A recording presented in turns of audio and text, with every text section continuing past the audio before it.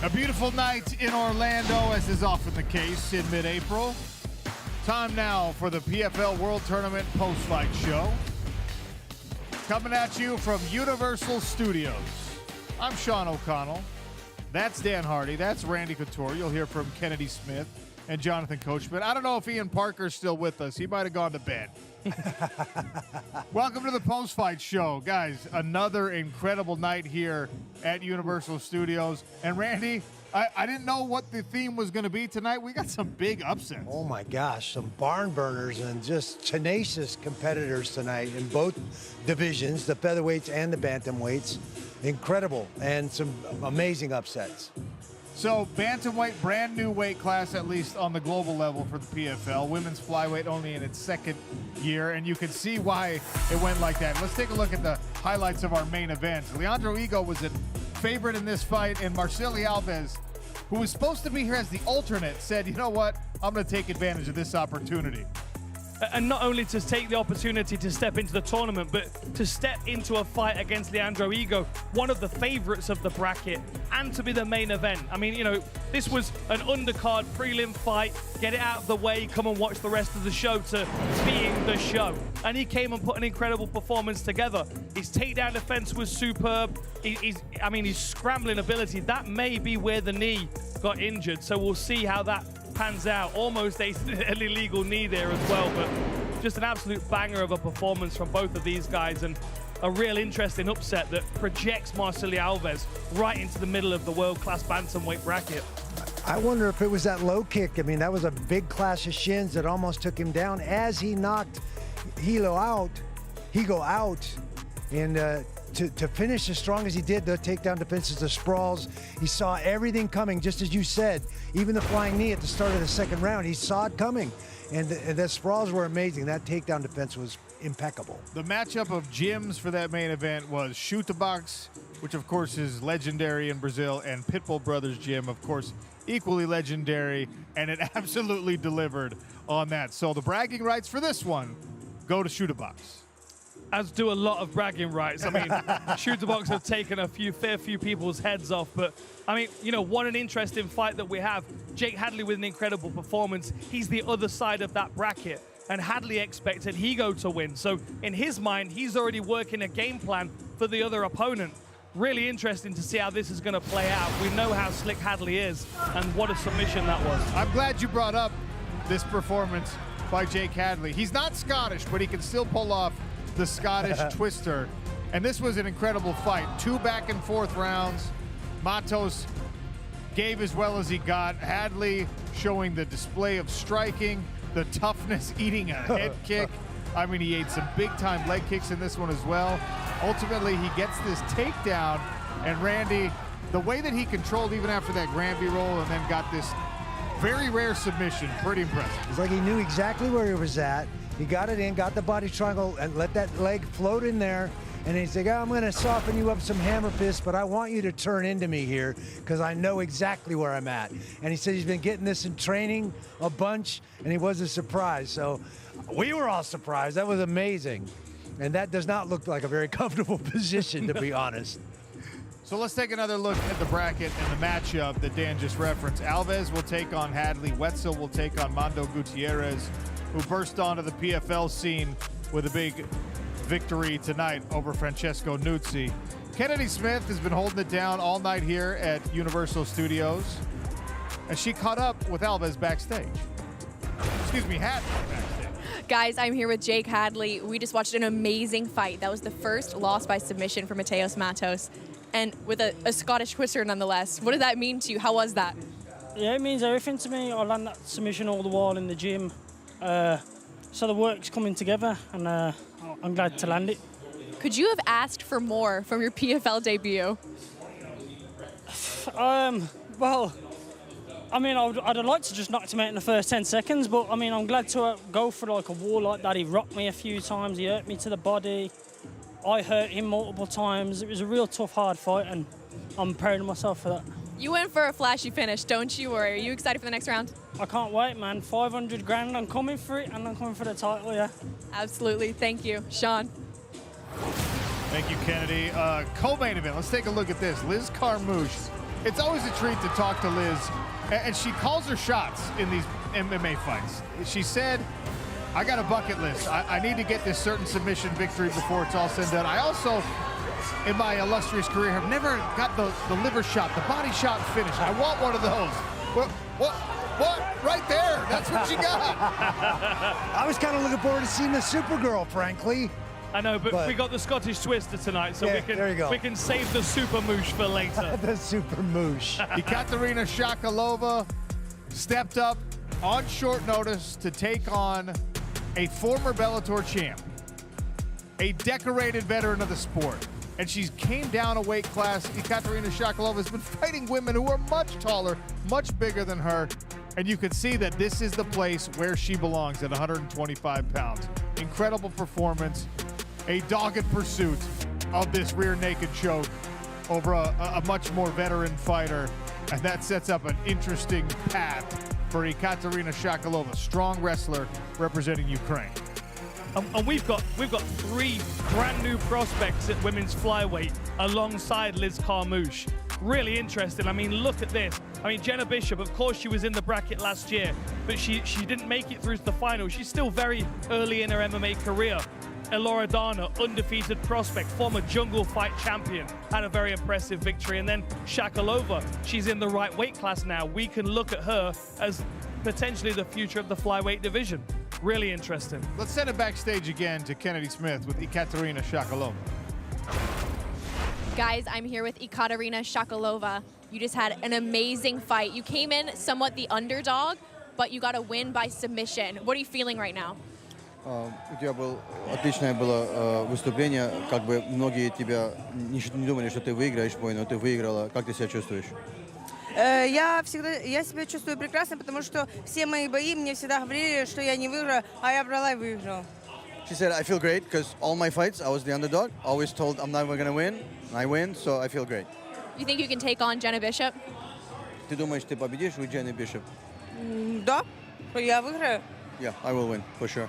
I saw you eating in a cinnamon roll. Can I have some? Я видела, ты кушала какую-то булочку, там, cinnamon roll. Это синнабон, я его обожаю. She said, I love it, it's cinnamon. У нас, там, где я живу, их не продают. А вот в Америке есть, и я всегда, когда приезжаю в Америку, всегда ем этот синнабон. She said, I love cinnamon. They don't sell it where I live, so when I'm in the U.S., I eat cinnamon all the time. All right, I'm going to bring you some Cinnabon in the next round. Congratulations. На следующий бой я тебе принесу cinnabon. Спасибо, thank you. Thank you. Sean. I hope that Cinnabon offer extends to everyone. I Kenny was going to have some competition for the Cinnabon there. This was a hell of a fight. My Kana God. Watanabe, gosh. Jenna Bishop turned in a beautiful performance, both of them. And Jenna Bishop showing off a new level of striking in this one, regardless of position. On her back, throwing the up kick. Yeah. On her feet, the left hand. This was almost a really nice sweep as well that she was able to reverse the fight and get top position. I'm surprised we didn't see much more grappling from this one, but it was almost like both of these ladies, they had a point to prove. Jenna Bishop was foot on the gas all the time. Even when she took a big shot, she was able to recover and turn it back on her opponent. Huge respect to Kana Watanabe, but it was Jenna Bishop's night tonight, and I think she's going to be incredibly proud of herself with that performance. Yeah, really no losers in this fight. An amazing pace. Over 90 punches by Jenna Bishop in this fight. She showed great improvement in a lot of areas. The dirty boxing was impressive. She got exactly where she needed to be a couple times, but it was those improvements, I think, that were the difference tonight for Jenna Bishop. Dan, during that fight, I looked over, I saw a little tear tracing down Randy's cheek because of the beauty of some of that clinch work and dirty boxing from Jenna Bishop. Really added a new wrinkle to the game, and obviously she's a world-class jiu-jitsu practitioner, so that's going to be a fun semifinal matchup as she takes on Ekaterina Shakalova. Lots of fun stuff happening in this women's flyweight division. Men's bantamweights turned in some incredible performance as well. Time now for the PFL press pass. We send it backstage with Jonathan Coachman. Sean, thank you very much. We want to thank everybody for coming back here at the post-fight press conference. I'll make a brief statement, and then we'll take any questions that you guys might have. So, again, thank you all for coming. But on behalf of the PFL, we're certainly very, very excited after the first 2 weeks. We're halfway home to the semifinals, and I don't think you could ask for any more than what you've seen through the first 2 weeks here at Universal Studios. 11 finishes and 16 different fights. And I think sometimes whenever you have a main event that changes twice and then you've got other fights that change the opponents, that there can be some uncertainty about what's going to happen. But I think you saw tonight, not only did the fighters come out ready, they came out ready to absolutely bang. And last week we had the same thing. So we've got Jason Jackson, we've got Thad Jean. But then you look at tonight, Alves steps in on very short notice. He absolutely dominated. And what we want to start doing here at the PFL this year is leaning into fighters that really lean into themselves, if you know what I mean. So Mando Gutierrez, to me, he's the star of the night. Who would have ever thought? You know, and when you can cut a promo, when you're done with your fight, when you can then say, hey, I don't want to have somebody look at my nose or whatever the case might be, that's the kind of thing that we really want to start focusing on, is fighters that have personalities and that are going to fight to win and not fight to decision. So when you look at the Jake Hadley submission, you heard the guys on the broadcast, it's something that you never see.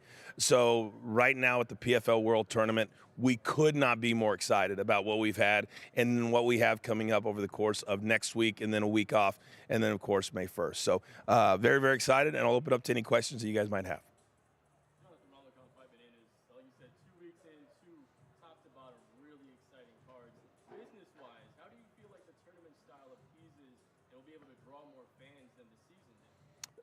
Question was, how will the tournament draw more business-wise than the season did? I think the season, I've talked to all the fighters. I come in real early, and a lot of them said they were confused about the points, the style of fighting. And I think what you're seeing out of this is a much more aggressive style of fighting than what we saw last year. Because say tonight was a season fight, and you lose. Well, I still have a fight coming up in June, and I could still get into the tournament. You saw a lot of the devastation. Juliana Velasquez, she gets, submitted.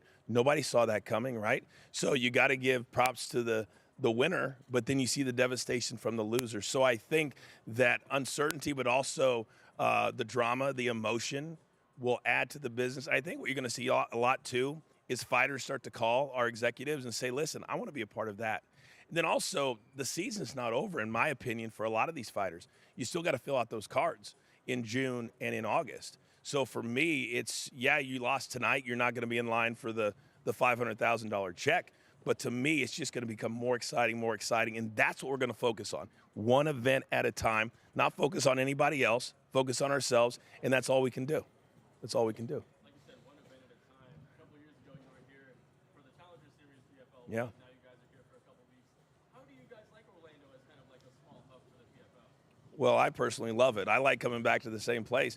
And I like the excitement being here at Universal Studios. When I walk in and I can hear a roller coaster going on outside, I dig it. But also, I think the fans tonight were super excited based off of what we saw last week. And I thought they really got hyped. And when you can come out in the very first fight, you've got Donna with a finish. That's exactly what you want. You want to set the tone.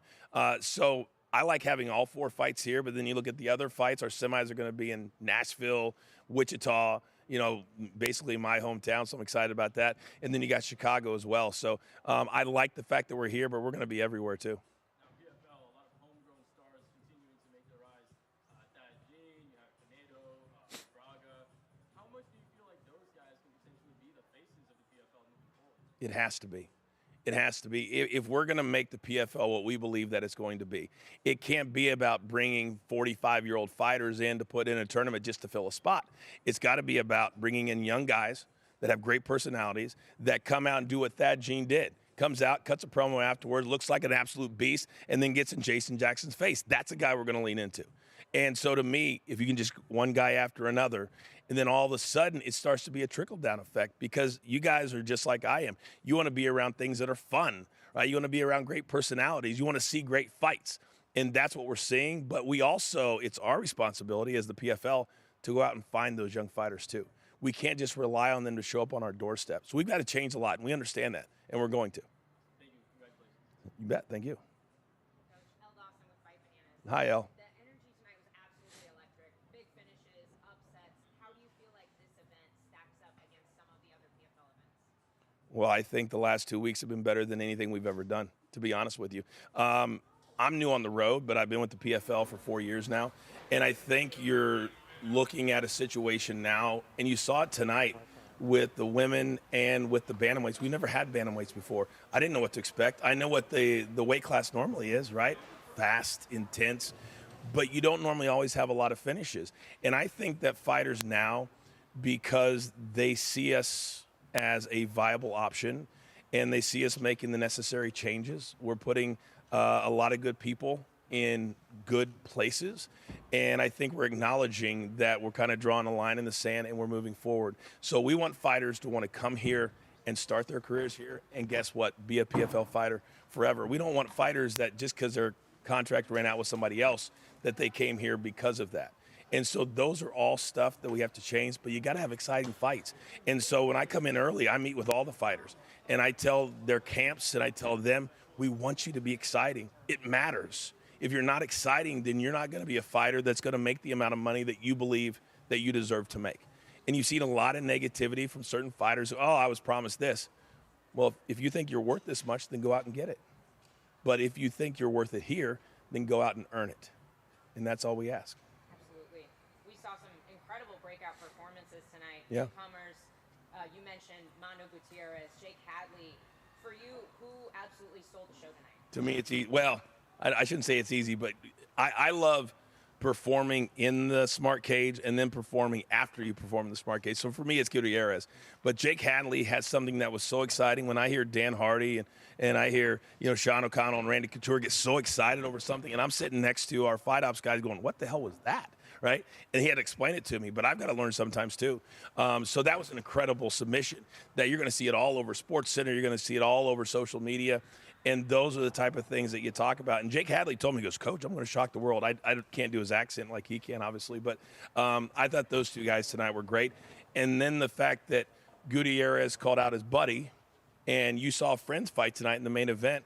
And the one thing that I despise more than anything else is when friends fight and they don't hit each other.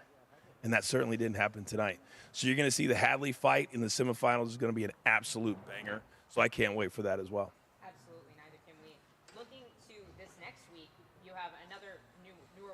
With the middleweight, yeah, and one of the most competitive weight classes with the lightweights. I know there's been some shifting in a lot of the weight classes in the coming weeks, but which ones are you looking forward to the most? Well, Impa is a former champion, and he's going to be in the main event. That has not changed. And I think Impa has a great story. And with my background in the WWE, I'm all about storylines.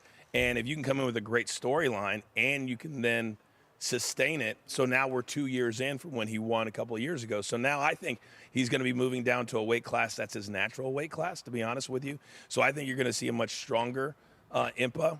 I think that in a couple of weeks when you got Phil Davis, who's a former Bellator champion, you're going to have Shoeface, who's, you're going to see a lot of guys. To be honest with you, when we meet and we look at the different fight nights, the first two were like, what are we going to get out of them?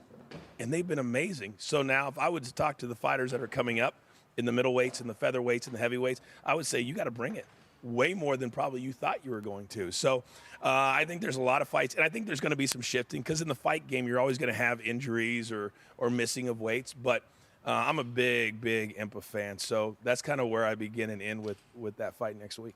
Absolutely. Last one for me. Yeah. With us edging towards summer, a lot of fans are waiting on these announcements about the former Bellator champions, Johnny Eblen, and former tournament champions like Dakota Ditcheva, Patchy Mix. Sure. Is there any word on when we're going to see those names announced in some fights? Trust and believe, El. It's the one question I ask all the time.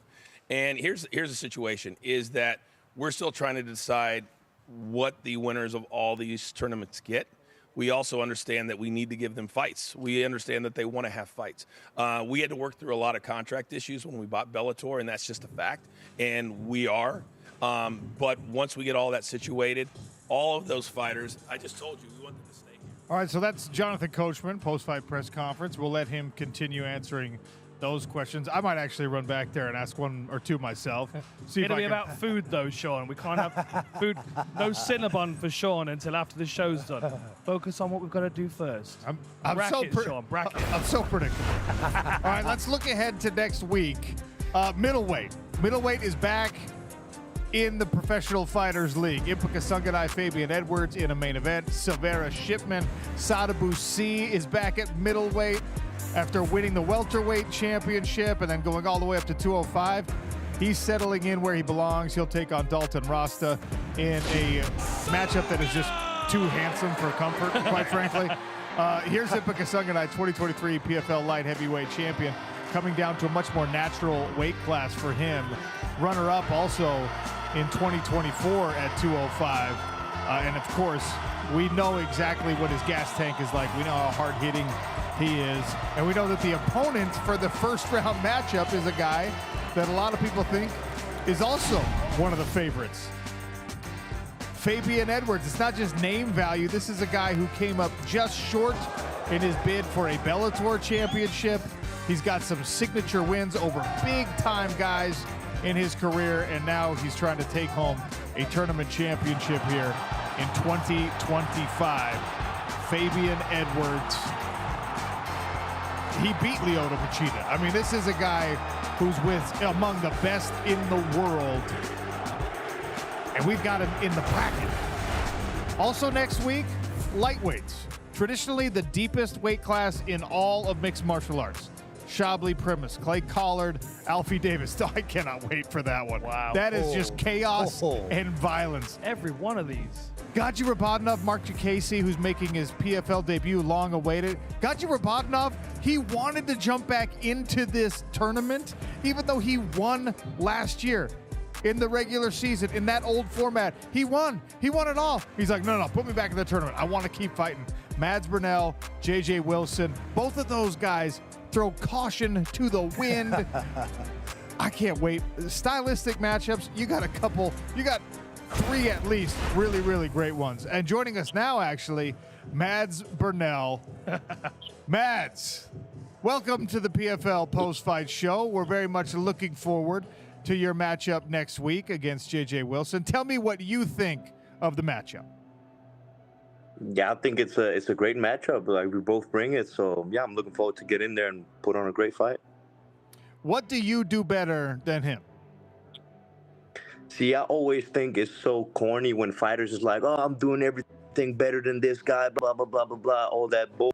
So the fact of the matter is we're going to figure out when we get in there, both of us. So I'm just going to go in there and do me, and whatever happens, happens. We know you're a fighter's fighter. You're a guy who's always in the gym. You're always training. Have you been focusing on or adding any particular new skills or wrinkles to the game? No, not really.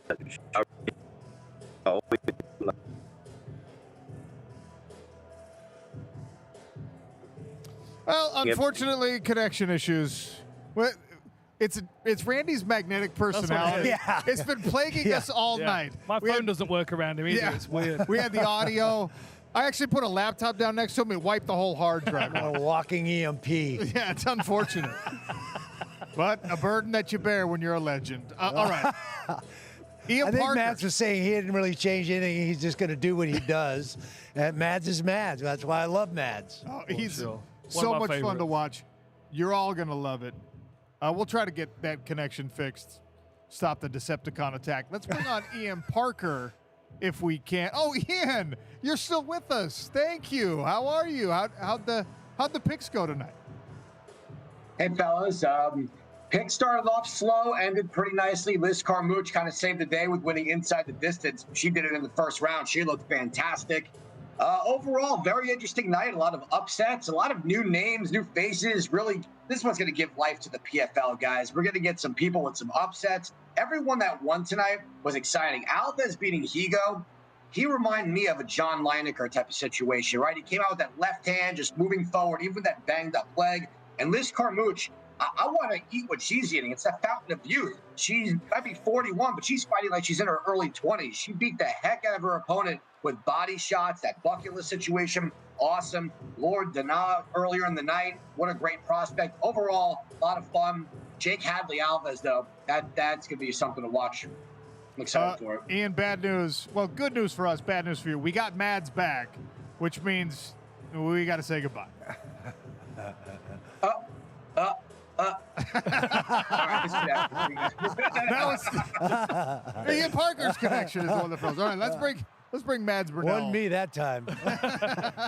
Let's bring Mads Burnell back in if we can. Mads, hello. So the question I was asked and then the connection got broken was, There he is. Are you working on anything in particular, adding any new wrinkles to the game? No, like I said before, the connection got lost. Like I'm just trying to be 1% better at everything. Like nothing specific or anything. Just trying to be a better martial artist, all in all. Yeah. Can I ask a question? Can I ask a Mads Burnell question? What boxers are you watching at the moment, my friend? Who is inspiring you in this training camp to put hands on faces? I've been watching a little bit of a dude named Michael Cabajal. Oh yes, Like, I know that guy. Yeah. Yeah, I've been watching some of him. Yeah, I've been watching some of his stuff lately. Bit of a fight nerd question there. That's Carry fine. on. Carry on. He's got a question about Dan, food, Dan, Mads. you're a fighting encyclopedia, so you had to add that, right? So we saw you against Clay Collard, and it feels like a fighter like that brings out the best in you. You got a style that similarities between you two guys. You're both willing to come forward, put it all on the line. It feels like J.J. Wilson is that type of guy. Is a matchup like this one more exciting for you because you know your opponent is willing to go as far as you're willing to go? Sounds boring, but to be honest, I don't give rat's ass who's in front of me. I'm very happy that I have a fight. Like, and if they're willing to get in there, I'm super excited to get in there with them. Well, Mads, we're excited to call that fight. We'll see you very, very soon. Next week, Mads Burnell, J.J. Wilson, lightweights and middleweights. Thank you, Mads. If you have not yet seen a Mads Burnell fight, you need to watch.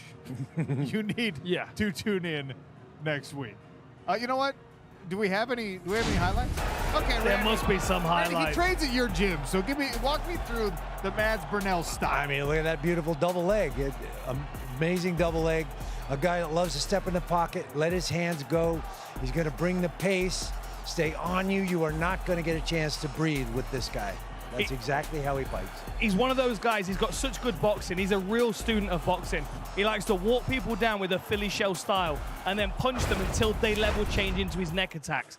He's got some wicked submissions. I've sparred with him, I've rolled with him. He's incredibly strong, and that was when he was a 45er. He's up at 55 now. No big weight cuts for him in the world tournament. All he needs to do is focus on getting ready and keeping his foot on the gas on the fights. I'm excited for him to be a part of this. Man, middleweights are back. Lightweights are always great in the Professional Fighters League.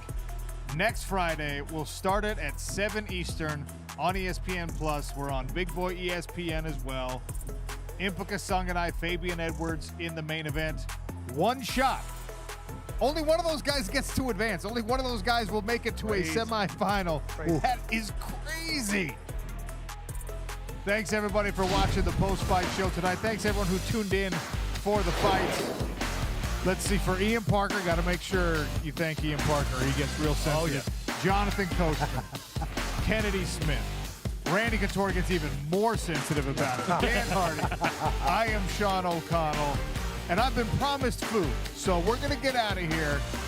Again, thank you so much for watching. We'll see you next Friday for the PFL World Tournament in 2025.